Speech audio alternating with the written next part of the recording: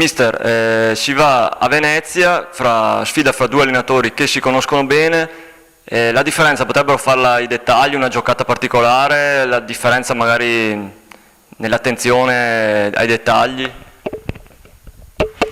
Sì, conosco bene Alessandro, è un mio carissimo amico, c'è stima, affetto tra di noi, ma insomma, per quanto riguarda le partite la differenza la fanno sempre i dettagli, le piccolezze e le cose che si preparano in settimana. In questo caso particolarmente, nel senso che appunto vi conoscete bene, il Vicenza finora 2 vittorie in casa, 1 fuori, qualcuno dice che bisogna cercare la continuità, però è anche vero che insomma con i 3 punti potrebbe andare bene anche così, però Gio Lopez vuole miglioramenti nelle partite in trasferta. Io non è che voglio miglioramenti, io voglio che giochiamo allo stesso modo sia in casa che fuori, siccome in casa abbiamo vinto 2 partite su 2 bisogna provare a vincere anche fuori casa, siccome abbiamo le potenzialità per farlo bisognerà farlo.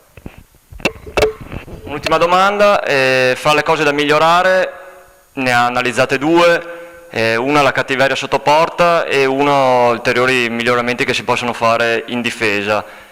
Quale delle 2 al momento le sta più a cuore, visto anche che con la Carrarese la difesa ha dato buoni segnali? Mi sono a cuore tutte e 2, ma quando parlo di gol o comunque azioni offensive riguarda la squadra in generale, così come riguarda la squadra in generale le azioni difensive, cioè vale per tutti, non solo per gli attaccanti e per i difensori. Il miglioramento bisogna farlo in tutti i reparti. Se il Vicenza è da playoff, il Venezia secondo lei? Non lo so, non parlo delle altre squadre perché non conosco le realtà, non conosco nulla, perciò non mi permetto di parlare degli altri.